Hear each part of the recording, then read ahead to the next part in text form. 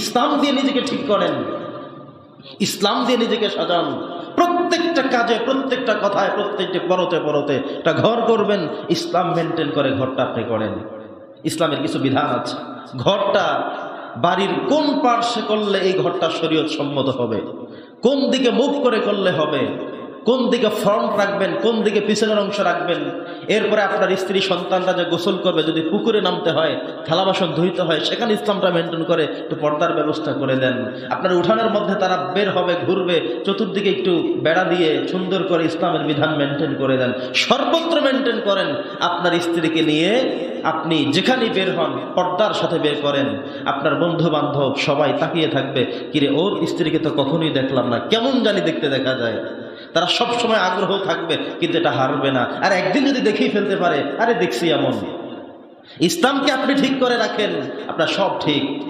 একদিন একটা পত্রিকায় পড়েছিলাম, ভার্সিটিতে একজন মেয়ে প্রত্যেক দিন আসে, সবাই তাকে থুতু নিক্ষেপ করে, তার চেহারার কাটিং ভালো নয়, কিন্তু হঠাৎ করে সে যখন জানলো যে ইসলাম মানুষকে সম্মান দিয়েছে, ইসলামকে যদি মেনটেন করি আমার সম্মান বেড়ে যাবে, এরপরে হঠাৎ করে সে বোরকা লাগিয়ে আসা শুরু করলো।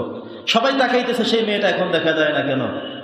এবং যে মেয়েটা বোরকা পরে আসছে তার দিকে সবাই কৌতূহল, এটা আবার কে, এটা আবার কে? কিন্তু সে যে আসে যায়, কারোর সাথে কথা বলে না, সাউন্ড দেয় না, সালাম বিনিময় করে না, তার মতো সে আসে যায়, পরে লেখে।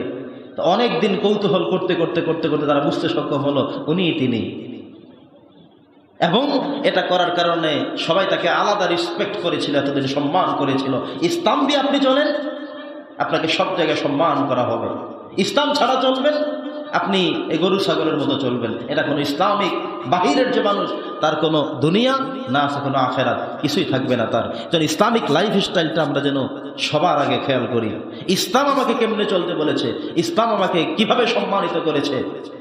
ইসলাম দিয়ে চলেন, অবশ্যই আমরা আমাদের নিজেদেরকে প্রাউড ফিল করতে পারবো, সম্মানিত একটা আসন অধিষ্ঠিত হতে পারবো। প্রিয় সুধী, এদিকে প্রথম কলামের কথা হলো হালাল এবং হারাম দুটা মেনটেন করে চলা।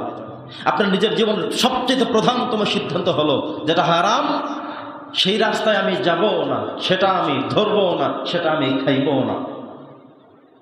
এই সিদ্ধান্ত যদি নিতে পারেন, আপনাকে আল্লাহ তাআলা অনেক সম্মানিত করবেন। সমাজে অনেক মানুষ দেখেছি হালাল হারাম সবটাই নেয়, সবটাই খায়, সব জায়গা থেকেই নেয়, সে মনে করে অনেক টাকা পয়সার মালিক।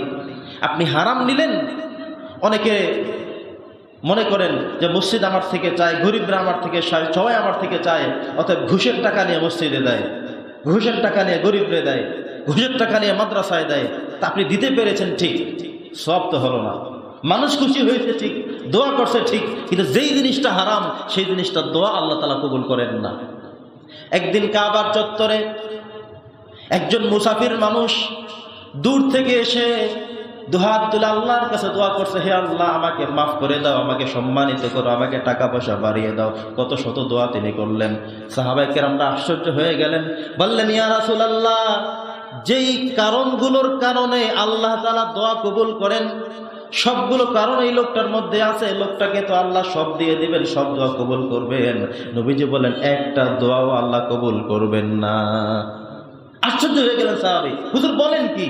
লোকটা তো মুসাফির, দূর থেকে আসছে, চুলগুলো উস্কো খুস্কো, শরীরের মধ্যে ধুলাবালি মেখে আছে, নিঃসন্দেহে লোকটা মুসাফির। কাবার চত্বরে দাঁড়িয়ে দোয়া করছে, দোয়ার জায়গায় আছে, হবে না কেন? নবীজি বললেন, ও যা পরিধান করছে পোশাক, ওইটাও হারাম, ওর পেটের মধ্যে যে খাবার ওইটাও হারাম, ও বিগত দিনে যা খাইছে সবগুলোই ছিল হারাম। অথবা রক্তে মাংসে শরীরে পেটের মধ্যে পোশাকে আশাকে সব হারামে ভরপুর, তার একটা দোয়া আল্লাহ তাআলা কবুল করবেন না। নাউজুবিল্লাহ করেন। তো আমরা যারা চুরি করে এনে, ডাকাতি করে এনে, আরেকজনের চোখের পানি ফেলে এনে মসজিদে দিব, মনে করবো সওয়াব পাবো, কোশ্চিন কালেও না, শুধু দিলেন এতটুকুই, ব্যাস, দ্যাটস এনাফ।